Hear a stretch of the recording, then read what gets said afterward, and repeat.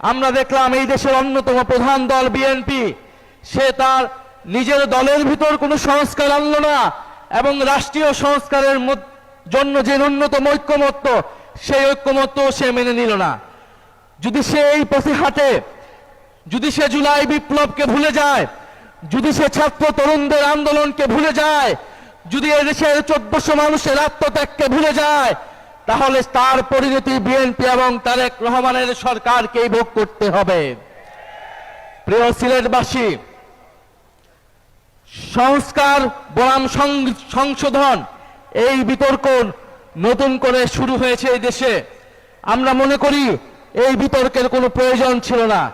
আমরা ঐক্যমত কমিশনে এই বিতর্কের অবসান করেছিলাম যে দেশে সংশোধনের মাধ্যমে দেশের সংবিধানের কোনো মৌলিক কাঠামোর পরিবর্তন সম্ভব হবে না, দেশের কোনো মৌলিক সংস্কার সম্ভব হবে না। ফলে আমাদের লাগবে সংস্কার পরিষদ অথবা গণপরিষদ। সেই সময় বিএনপি সংবিধান সংস্কার পরিষদ এবং গণভোটে রাজি হলেও নির্বাচিত হওয়ার পরে তারা সংস্কার কি সেটা ভুলে গিয়েছে। তাদের 31 দফাতে সংবিধান সংস্কার কমিশনের কথা উল্লেখ থাকলেও নির্বাচিত হওয়ার পরেও সংস্কার কি তারা ভুলে গিয়েছে। তারা এখন শুধু সংশোধন চিনে, আর কিছু চিনে না। এবং বিএনপি সমর্থিত কিছু দালাল বুদ্ধিজীবী তারাও প্রচার করছে দেশে সংশোধন প্রয়োজন, সংস্কার প্রয়োজন নেই। কিন্তু দেশের মানুষ সংস্কারের জন্যই জীবন দিয়েছে। ইভেন এই বিএনপি গত 16 বছর ধরে সংস্কারের মূলা ঝুলিয়ে, 31 দফার মূলা ঝুলিয়ে জনগণের সাথে প্রতারণা করেছে। প্রিয় সিলেটবাসী, আজকে ঢাকাতে তীব্র গ্যাসের সংকট, গ্যাস পাওয়া যাচ্ছে না। এর আগে জ্বালানির দাম বৃদ্ধি করা হয়েছে, বিদ্যুতের দাম বৃদ্ধি করা হয়েছে, সিলিন্ডারের দাম বৃদ্ধি করা হয়েছে, সবজির দাম দ্বিগুণ থেকে 3 গুণ হয়েছে বাংলাদেশের রাজধানী ঢাকাতে। মধ্যবিত্তের উপরে করের বোঝা চাপিয়ে দিয়েছে এই বাজেটের মধ্য দিয়ে। দেশের মানুষের যে অর্থনৈতিক সংকট, সেই সংকট থেকে উত্তরণের জন্য আন্তর্জাতিক যে সহযোগিতা প্রয়োজন, সেই সহযোগিতা সরকার পাচ্ছে না, কারণ সরকার সংস্কার করবে না। ফলে সরকার যদি সংস্কার না করে, সরকার যদি বিচার না করে, ফলে জনগণের মধ্যে যে নতুন আস্থা তৈরি হয়েছিল, সেই আস্থা তারেক রহমানের সরকার ধরে রাখতে পারবে না। ফলে আমরা সরকারের কাছে আহ্বান জানাবো, আপনারা দ্রুত সময়ের মধ্যে গণভোটের যে গণরায়, সেই গণরায় বাস্তবায়ন করুন। আপনাদের নোট অফ ডিসেন্টের আলোকে নয়, গণভোটের গণরায়ের আলোকে জুলাই সনদ বাস্তবায়ন করতে হবে। সংবিধান সংস্কার পরিষদের মাধ্যমে সংবিধানের সংস্কার করতে হবে।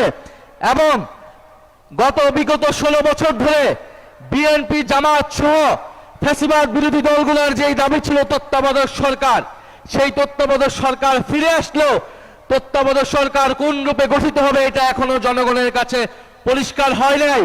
এবং আমরা দেখছি বিএনপি দেশের সকল প্রতিষ্ঠান, নির্বাচন কমিশন থেকে শুরু করে সকল প্রতিষ্ঠানকে দলীয়করণ করছে। এই দলীয়করণের ফলে দেশের নির্বাচন ব্যবস্থার যে উন্নতি আমরা চেয়েছিলাম, সেই উন্নতি আবার সম্ভব হবে না। আগামী স্থানীয় সরকার নির্বাচনের আগেই নির্বাচন কমিশন সংস্কার করে পুনর্গঠন করতে হবে, অথবা এই নির্বাচন কমিশনারদেরকে পদত্যাগ করতে হবে। প্রিয় সিলেটবাসী, আজকের এই সমাবেশের মধ্য দিয়ে সিলেটে আমাদের যে 11 দলের বিভাগীয় সমাবেশ, সেই সমাবেশ সমাপ্তি হতে যাচ্ছে। ঢাকার পরবর্তীতে মহাসমাবেশ অনুষ্ঠিত হবে এবং সেই মহাসমাবেশ থেকে আমাদের বৃহত্তর গণ আন্দোলনের ডাক আসবে। আমরা স্পষ্টভাবে বলেছি, এই সরকারকে আমাদের পক্ষে আর সহযোগিতা করা সম্ভব হবে না যদি না তারা গণভোটের গণরায় বাস্তবায়ন করে। ফলে আমরা আশা করব সিলেটবাসী যেভাবে জুলাই বিপ্লবে যেভাবে রক্ত দিয়ে এই পুণ্যভূমি রক্ত দিয়ে দেশের গণতন্ত্র এবং সার্বভৌমত্বের পক্ষে দাঁড়িয়েছিলেন, আবারও সংস্কারের পক্ষে, গণরায়ের পক্ষে আপনারা দুর্বার আন্দোলন গড়ে তুলবেন ইনশাআল্লাহ। সেই আন্দোলনের পক্ষে আমরা 11 দল ঐক্যবদ্ধ থাকব। দেশের আজাদীর পক্ষে, সার্বভৌমত্ব, সংস্কার এবং সুশাসনের পক্ষে আমরা 11 দল ঐক্যবদ্ধ আছি, ঐক্যবদ্ধ থাকব। এবং এই সরকার যদি জুলাই সনদ বাস্তবায়ন না করে, গণভোটের গণরায় বাস্তবায়ন না করে, আগামী 5 বছরের মেয়াদ তারা সম্পূর্ণ করে যেতে পারবে না। ফলে তারেক রহমানকে সিদ্ধান্ত নিতে হবে, তিনি কি 5 বছর নির্বাচিতভাবে ক্ষমতায় থাকতে চান, নাকি শেখ হাসিনা সহ পৃথিবীর অন্যান্য জায়গায় যেই করুণ পরিণতি হচ্ছে জনগণের রায়কে অবজ্ঞা করার জন্য, সেই পরিণতি তিনি ভোগ করতে চান। সিদ্ধান্ত তারেক রহমানকে নিতে হবে। ইনশাল্লাহ দেখা হবে বিজয়ে। আসসালামু আলাইকুম। খবরের কাগজ, নিখাত, নির্ভীক, নিরপেক্ষ।